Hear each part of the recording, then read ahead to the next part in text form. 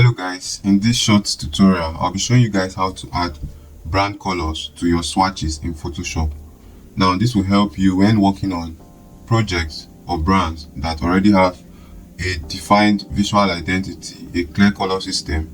This will help you change colors on elements faster and help you experiment among a range of colors before settling on a particular choice.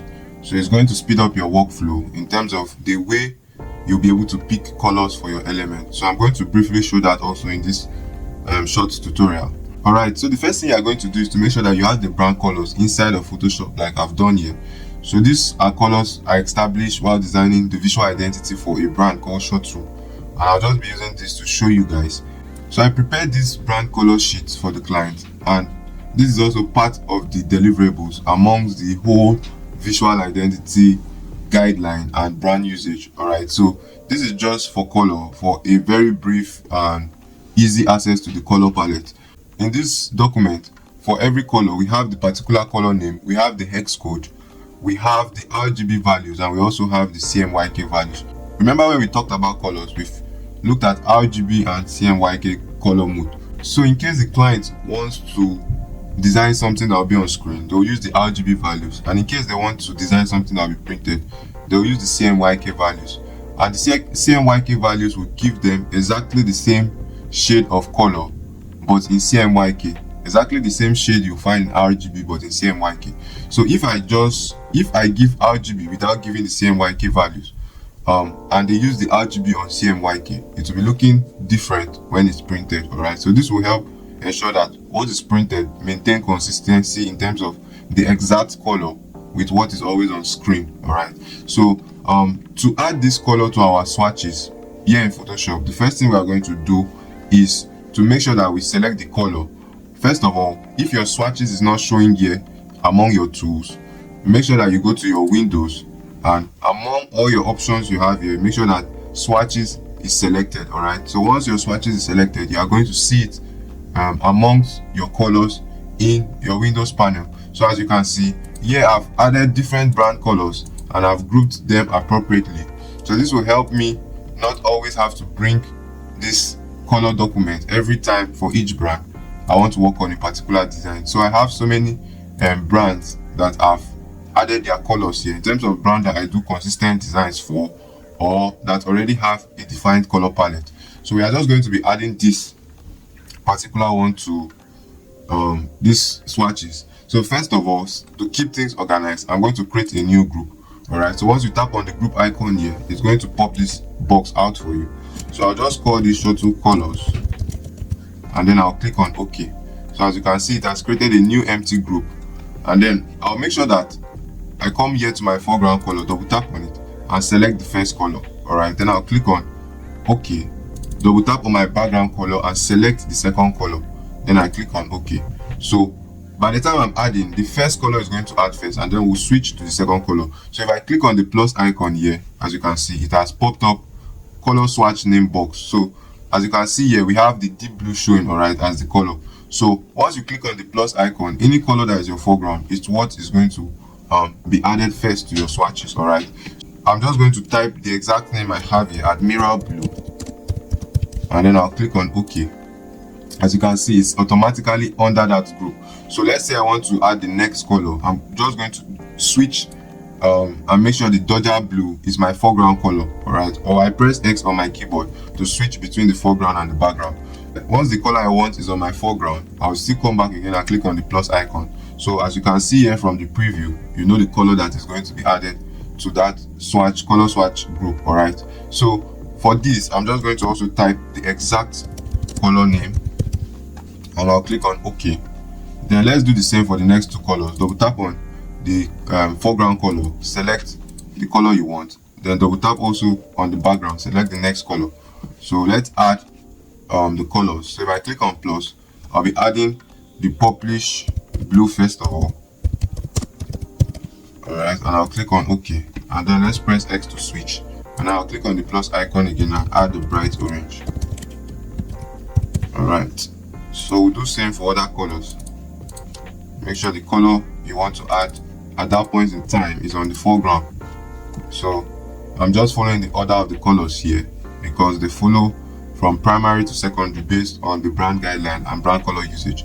So the first set of colors here are the primary, the Admiral Blue, Dodger Blue, Purplish Blue, and Bright Orange.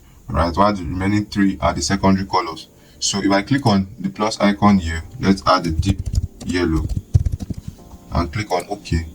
And then I'll switch the colors by pressing X and then again click on the plus icon, and let's call this Arctic Blue according to what we have on the document. So sometimes as a graphic designer, you want to work on a particular brand, they are going to provide you with their strategy document and their visual identity guideline document, which will contain something like this with their colors. It may not have it well designed like this. They may just give you the color code and or the RGB values. That's going to help you pick the particular color you'll be working with. So let's pick the last color. If I double tap on this and select the color, then I come back here and let's call this antique white. Alright, so we are done adding these colors. If I close the group now, you see we have it among the colors.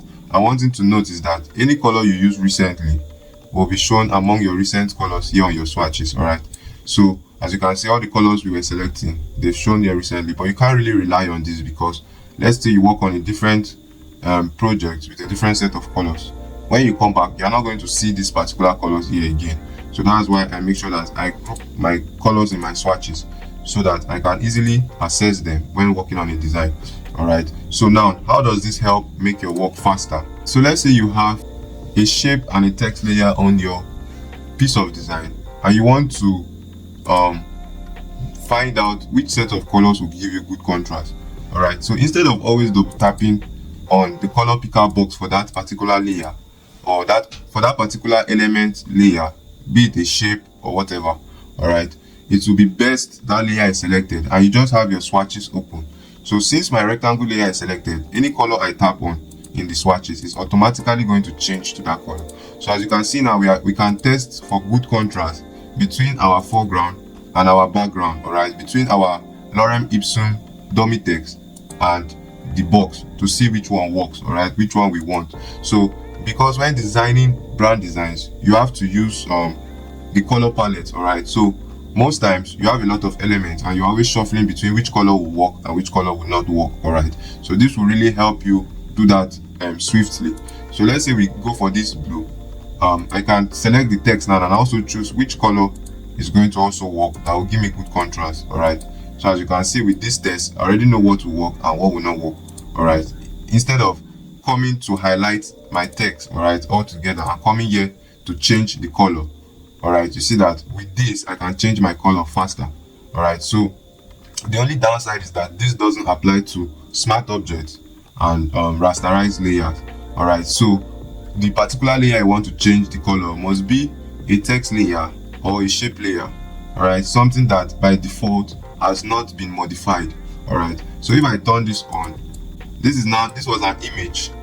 So for example, this brand document sheet we have here was an image I brought into the design, and as you can see, it came in as a smart object. So if I come here and select any of these colors, it's not going to apply to it. Alright, so if I want to change the color of this image, for example, I'll still have to use a longer process, which is double tapping on that layer and then selecting the color overlay effect, then open the color box here and then select the color I want in my swatches. Alright, it's still way faster in terms of you already have the colors outlined here, so you just have to, with this also you can choose before you click OK which color works for you. Alright, so if I click OK and I click OK here, you see that we now have this particular layer overlaid with the color we want. Alright, so unlike a text and a shape layer that we can always change the color without having to add an effect, alright, a color overlay effect to it. So I'm sure this will really help you guys speed up your workflow. Alright, so we'll be applying this practically when we are working on the next design in this course. Alright, so thank you guys and see you in the next video.